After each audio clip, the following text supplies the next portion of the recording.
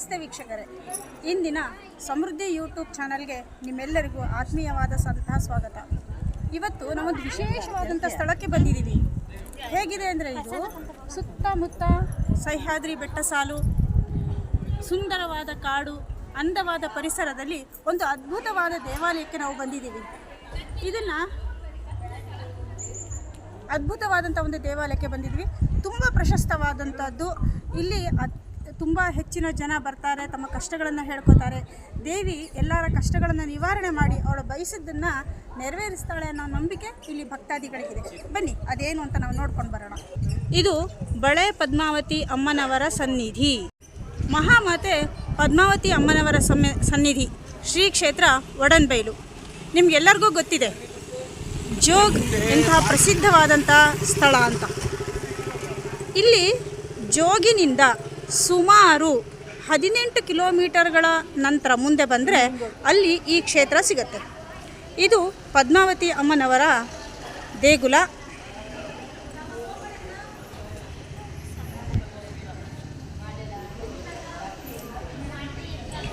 ಇಲ್ಲಿ ದೇವಿ ಪದ್ಮಾವತಿ ಸಾಕ್ಷಾತ್ ನೆಲೆಸಿದಾಳೆ ಭಕ್ತರ ಕಷ್ಟಗಳನ್ನು ಪರಿಹಾರ ಮಾಡೋಕ್ಕೆ ಅಂತ.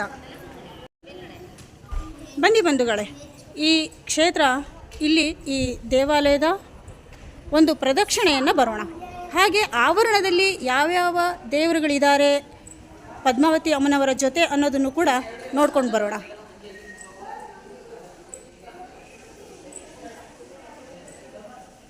ಇಲ್ಲಿ ಪದ್ಮಾವತಿ ಅಮ್ಮನವರ ಬಲಭಾಗದಲ್ಲಿರುವಂಥದ್ದು ಕ್ಷೇತ್ರಪಾಲ, ಅಂದರೆ ಕಾಲಭೈರವ. ಇವನಿಗೆ ವಾಹನ ನಾಯಿ. ಇಲ್ಲಿ ಪುಟ್ಟದಂಥ ಕಾಲಭೈರವನ ಆಸ್ಥಾನವಿದೆ.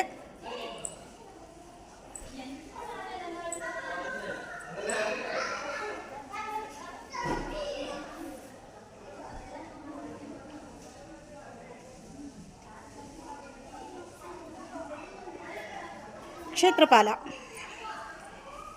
ಇದನ್ನು ಬಳಸ್ಕೊಂಡು ಪ್ರದಕ್ಷಿಣಾಕಾರವಾಗಿ ಬಂದರೆ ಇಲ್ಲೊಂದು ಅದ್ಭುತವಾದ ಮರ ಇದೆ. ಇದನ್ನ ಮರ ಲಕ್ಕಿ ವೃಕ್ಷ ಅಂತ ಕರೀತಾರೆ. ಹಿಂಭಾಗದಲ್ಲಿ ಬರುವಂಥದ್ದು ನಾಗವನ.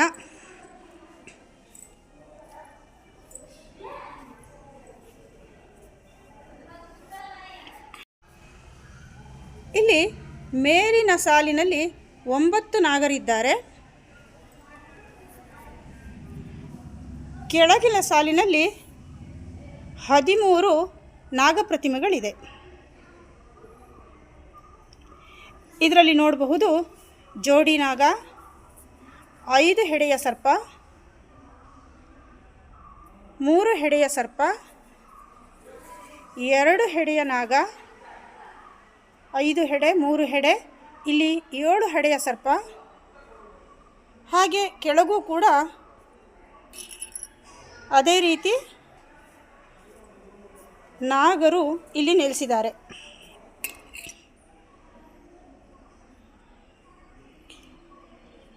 ಇದನ್ನು ಬಳಸ್ಕೊಂಡು ಮುಂದೆ ಹೋದರೆ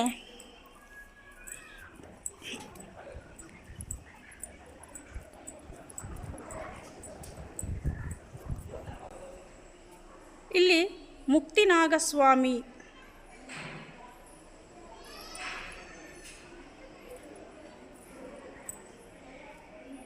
ಏಳು ಹೆಡೆಗಳಿಂದ ಅದ್ಭುತವಾದಂತಹ ಅನಂತ ವಾಸುಕಿ ಸರ್ಪರೂಪದಲ್ಲಿ ಇಲ್ಲಿ ನೆಲೆ ನಿಂತಿದ್ದಾನೆ.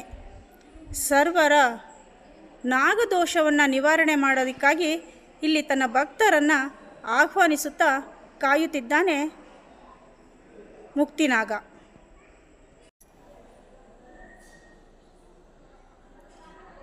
ಈ ಪೀಠದ ಕೆಳಭಾಗದಲ್ಲಿ ನೋಡಬಹುದು 5 ಹಾವಿನ ಮೊಟ್ಟೆಗಳು, ಹಾಗೂ ಅದರ ಜೊತೆಯಲ್ಲಿ ಸಣ್ಣದಾದಂತಹ ಆ ನಾಗನ ಮರಿ ಕೂಡ ಇದೆ. ಎಂತಹ ಅದ್ಭುತವಾದ ಶಿಲ್ಪಕಲಾ ನೈಪುಣ್ಯ ಕಲಾವಿದನದು.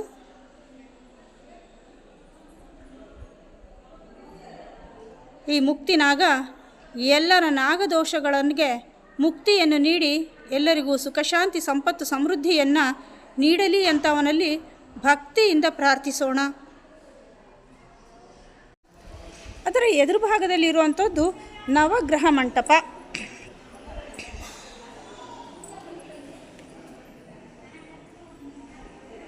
ಇದೊಂದು ಅದ್ಭುತವಾದಂತಹ ನವಗ್ರಹ ಶಿಲ್ಪಕಲೆ. ಇಲ್ಲಿ ಲಿಂಗಾಕಾರದಲ್ಲಿರುವಂತಹ ಶಿಲೆಗೆ ಸುತ್ತಲೂ ನವಗ್ರಹಾದಿ ದೇವತೆಗಳನ್ನು ಕೆತ್ತನೆ ಮಾಡಿದ್ದಾರೆ.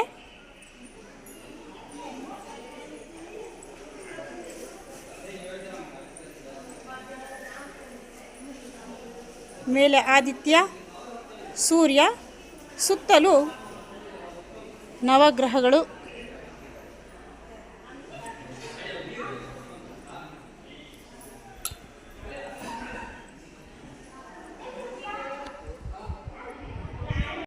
ಮುಕ್ತಿನಾಗನ ಎದುರಿಗೆ ನವಗ್ರಹ ಮಂಟಪದ ಪಕ್ಕದಲ್ಲಿ ತುಲಾಭಾರ ಸೇವೆಯೂ ಇದೆ. ಭಕ್ತರು ತಮ್ಮ ಕಷ್ಟಗಳನ್ನು ಪರಿಹಾರ ಆದಮೇಲೆ ಅಲ್ಲಿ ಹರಿಕೆ ರೂಪದಲ್ಲಿ ತುಲಾಭಾರವನ್ನು ಕೂಡ ಮಾಡಲಾಗುತ್ತೆ. ಇದು ಕೌಂಟರ್. ಇಲ್ಲಿ ಸೇವಾ ವಿವರಗಳನ್ನು ನೀಡಿದ್ದಾರೆ. ಈ ಕೌಂಟರ್ನಲ್ಲಿ ಇಲ್ಲಿ ಬಳೆಗಳು ಇಲ್ಲೇ ಸಿಗ್ತವೆ.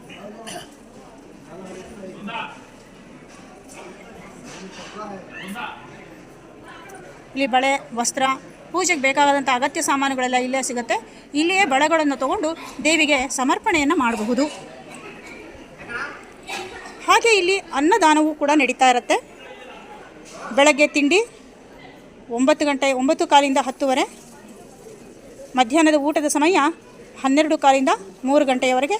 ನಿತ್ಯ ಆಹಾರ ಇಲ್ಲಿ ಅಮ್ಮನವರ ಪ್ರಸಾದವಾಗಿ ನೀಡ್ತಾರೆ.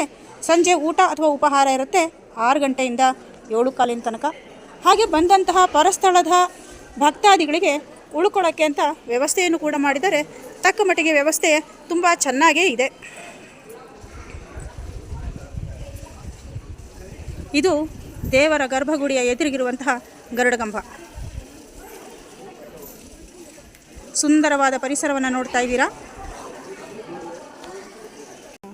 ಸರ್, ನಿಮ್ಮ ಹೆಸರು? Pramod G set. ಸರ್, ನಿಮ್ದು ಯಾವ ಊರು? ನಮ್ಮದು ಸಾಗರ. ಸಾಗರ ಇಲ್ಲಿಗೆ ಎಷ್ಟು ಕಿಲೋಮೀಟರ್ ಆಗುತ್ತೆ? ಸಾಗರ 36 ಕಿಲೋಮೀಟರ್, 26 ಜೋಗ. ಇಲ್ಲಿಂದ ಜೋಗದಿಂದ 10 ಕಿಲೋಮೀಟರ್. ಸರ್, ನೀವು ಇಲ್ಲಿ ಎಷ್ಟು ಸತಿ ಬರ್ತಾ ಇದ್ದೀರಾ? ನಾವಿದು ಕಮ್ಮಿ ಸುಮಾರು 30 ಸಲ ಮೇಲೆ ಆಗಿದೆ. ಬಂದೇ ಆಗಿದೆ. ಸುಮಾರು ಜನರಲ್ಲಿ ಕರ್ಕೊಂಡ್ಬರ್ತೀರಾ? ಓಕೆ. ದೇವಿ ಮಹಿಮೆ ಬಗ್ಗೆ ನಿಮಗೆ ಏನು ಅನುಕೂಲಗಳಾಗಿದೆ ಅನ್ನೋದ್ರ ಬಗ್ಗೆ ಹೇಳ್ತೀರಾ ಸ್ವಲ್ಪ? ದೇವಿ ಮಹಿಮೆ ಅನುಕೂಲಕ್ಕಿಂತ ಎಲ್ಲರಿಗೂ ಅನುಕೂಲ ಆಗಿರೋದ್ರಿಂದ ಎಲ್ಲರೂ ಇಲ್ಲಿ ಬರ್ತಾ ಇದ್ದಾರೆ. ಫಸ್ಟ್ ಆಫ್ ಆಲ್ ಎರಡನೇದಾಗಿ ನಾನು ಕೆಲವು ಫ್ರೆಂಡ್ಸನ್ನ, ನಮ್ಮ ರಿಲೇಷನ್ಗಳನ್ನ ಎಲ್ಲರೂ ಫಸ್ಟ್ ಆಫ್ ಆಲ್ ಈಗ ಕರ್ಕೊಂಡು ಬರ್ತೀರಾ? ಇತ್ತೀಚೆಗೆ ಏನಾಗಿದೆ, ನಿಮ್ಮ ಅನುಭವಗಳು ಏನಾರು ಹೇಳ್ಬೋದಾ? ನಮ್ಮ ಅನುಭವ ಅಂತ ಹೇಳಿದ್ರೆ ಸುಮಾರು ಥರ ಹೇಳಿ, ಒಂದೆರಡು ಹೇಳಿ. ನಂಗೂ ಸ್ವಲ್ಪ ಆರಾಮಿರ್ಲಿಲ್ಲ, ಸ್ವಲ್ಪ ಹೊಟ್ಟೆ ನೋವು ಇವೆಲ್ಲ ಇತ್ತು. ಅದನ್ನ ಇಲ್ಲಿ ಕಳ್ಕೊಂಡು ಇದಾಯಿತು, ಸರಿ ಆಯಿತು. ಮತ್ತು ಎರಡನೇದಾಗಿ ಮನೆ ಪ್ರಾಬ್ಲಮ್ ಇತ್ತು, ಸ್ವಲ್ಪ ಆಸ್ತಿದ ಡಿಸ್ಪ್ಯೂಟ್ ಇತ್ತು. ಅದೊಂದು ಸ್ವಲ್ಪ ಸರಿ ಆಯಿತು. ಓಕೆ. ನೀವು ದೇವರಿಗೆ ಹರಕೆ ಅಂತ ಏನು ಕೊಡ್ತಾ ಇದ್ದೀರಾ? ಹರಕೆ ಅಂತ ಹೇಳಿದ್ರೆ ಬಳೆ ಕೊಡ್ಬೋದು, ಇನ್ನು ಕುಂಕುಮ ಕೊಡ್ಬೋದು, ಅರ್ಶಿನ ಕೊಡ್ಬೋದು, ಇನ್ನು ತುಲಾಭಾರಗಳು ನಾವು ಹೇಳ್ಕೊಂಡ್ವಿ. ಅವ್ರವ್ರ ಇಷ್ಟಕ್ಕೆ ಅವ್ರವ್ರ ಯಥಾಶಕ್ತಿ ಅಂತ ಬಲವಂತವಾಗಿ ನಮ್ಮ ಇಷ್ಟದ ಪ್ರಕಾರ ನಾವೇ ಬೇಡ್ಕೊಳ್ಳೋದು, ನಾವೇ ಇಂಥದ್ದನ್ನು ಕೊಡ್ತೀವಿ ಅಂತ ನಾವು ಹೇಳ್ಕೊಳ್ಳೋದು. ನಮ್ಮ ಯಥಾಶಕ್ತಿ ಏನಾಗುತ್ತಾ ಅದನ್ನು ನಾವು ಕೇಳ್ಕೊಳ್ಳೋಣ. ಧನ್ಯವಾದಗಳು. ಸರ್, ನಿಮ್ಮ ಹೆಸರು? ಜಯಪ್ಪ ಅಂತ. ನೀವು ನಿಮ್ಮ ಅನುಭವಗಳೇನಾದ್ರು ಇದ್ರೆ ಹೇಳ್ಕೋಬೋದಾ? ಅಂದರೆ ನಾವು ಇವರಿಂದ ನಮಗೆ ಪರಿಚಯ ಆಗಿದ್ದು. ಈಗ ರೀಸೆಂಟ್ 1 ವರ್ಷ ಎರಡು ಟೈಮ್ ಏನಾಯ್ತು ಬಂದಿಲ್ಲಿಗೆ. ಇವ್ರದ್ದು ಕೆಲಸ ಆಗಿದೆ, ಬರ್ತಾ ಇದ್ದಾರೆ. ನಮಗೊಂದು ಒಳ್ಳೆಯದಾಗಿದೆ. ಹಂಗಾಗಿ ಸರ್, ನಾವು ನಂಬೋದು ಶಕ್ತಿನ ಅದನ್ನೇ ಅಲ್ವಾ ಸರ್? ನಮಗೊಂದು ಒಳ್ಳೇದಾಗಬೇಕು ಅನ್ನೋದಕ್ಕೆ ಅಲ್ವಾ? ನಮ್ಮ ಸನಾತನ ಧರ್ಮ, ನಮ್ಮ ದೈವಿಕ ಶಕ್ತಿ ಎಷ್ಟರ ಮಟ್ಟಿಗೆ ಉಜ್ವಲವಾಗಿದೆ ಅನ್ನೋದು ಇದರಿಂದ ಗೊತ್ತಾಗುತ್ತೆ, ಕಾಣುತ್ತೆ. ಅದು ಅವ್ರವ್ರಿಗಾಗಿದ್ದು ಅವ್ರಿಗೆ ಅನುಭವದ ಮೇಲೆ ಬರೋದು. ಇನ್ನೊಬ್ರು ಹೇಳೋಕ್ಕಿಂತ ನಮ್ಮ ಅನುಭವದೇ ನಮ್ಗೆ ಬರ್ತಾ ಇರೋದು. ಒಂದ್ಸಲ ಬಂದು ಮತ್ತೊಂದು ರಿಟರ್ನ್ ಬರ್ತಾ ಇರ್ತೀವಿ. ಇನ್ನೊಬ್ರಿಗೆ ಹೇಳ್ಕೊಂಡು ನಾವು ಕರ್ಕೊಂಡ್ ಬರ್ತಾ ಇರ್ತೀವಿ. ಅದೇ ಹೇಳಿದ್ರಿಂದ ನಾವು ಸಹ ಬರ್ತಾ ಅದೇ ಶಕ್ತಿ, ಅದೇ ಸನಾತನ ಧರ್ಮ. ನಿಜ ಸರ್. ಅವರು ಪರಿಹಾರ ಆಗಿದ್ದು ನಿಮಗೂ ಖುಷಿ ಕೊಡ್ತಾರೆ, ನಿಮಗೂ ಸಂತೋಷ ಸಿಕ್ಕತ್ತೆ ನೀವು ಕರ್ಕೊಂಡು ಬಂದ ಮೇಲೆ. ನಮ್ಮ ಕೆಲಸ ಆಗಿದೆ ಕಣ, ಮತ್ತೊಂದ್ಸಲ ಬರ್ತಾ ಇದ್ದೀವಿ. ಆ ಭಾಗದ ಪುಣ್ಯ ನಿಮಗೂ ಸೇರುತ್ತೆ. ನಾವು ಬರುವಾಗೆಲ್ಲ ಇವ್ರು ಇಲ್ಲದೆ ನಮಗೆ ಬರೋಕ್ಕೆ ಮನಸ್ಸೇ ಆಗಲ್ಲ. ಸರಿ ಸರ್, ಧನ್ಯವಾದಗಳು. ಇದು ಭೋಜನ ಶಾಲೆ. Excuse me.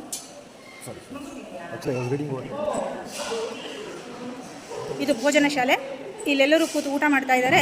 ಇಲ್ಲಿ ಊಟ ಹೇಗಿದೆ ಅಂತ ಕೇಳೋಣ ಬನ್ನಿ.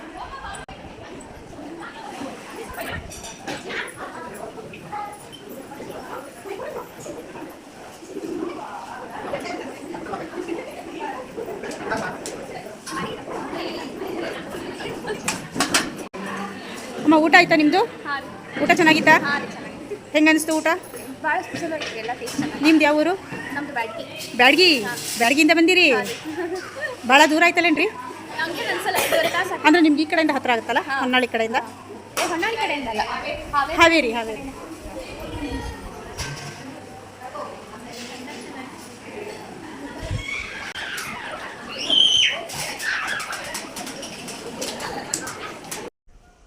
ಧರ್ಮದರ್ಶಿಗಳು ಹೇಳಿದರು, ಅವರು ಮಾತಿನಿಂದ ಅರ್ಥ ಆಯಿತು ಅವರು ಜೈನರು ಅಂತ. ಹಾಗಾಗಿ ಇಲ್ಲೊಂದು ಜೈನ ಬಸದಿ ಇದೆ.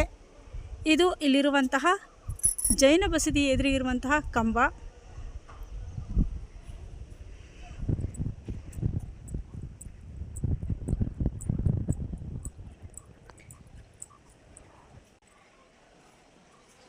ಸುಂದರವಾದ ಕಪ್ಪು ಶಿಲೆಯಲ್ಲಿರುವಂತಹ ತೀರ್ಥಂಕರರ ಮೂರ್ತಿಯ ತಲೆಯ ಮೇಲೆ 9 ಹೆಡೆಯ ಸರ್ಪಗಳನ್ನು ನಾವು ಕಾಣ್ತೀವಿ. ತುಂಬ ಚೆನ್ನಾಗಿದೆ.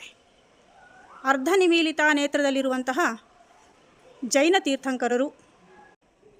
ಸುಂದರವಾದ ಮೂರ್ತಿ, ಸದಾ ನಗುಮುಖ,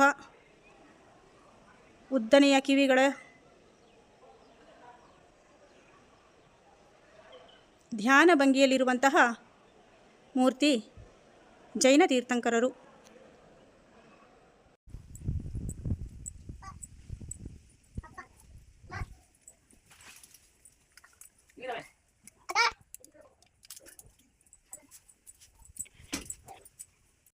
ಈ ಕ್ಷೇತ್ರದಲ್ಲಿ ಬಳೆಯನ್ನು ಸಮರ್ಪಿಸುವುದು ಇಲ್ಲಿಯೇ.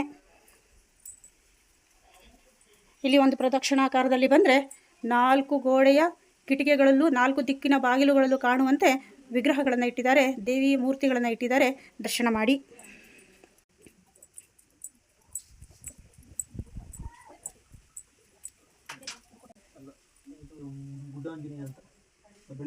ಇದು ಗರ್ಭಗುಡಿಯ ಮುಂಬಾಗಿಲು.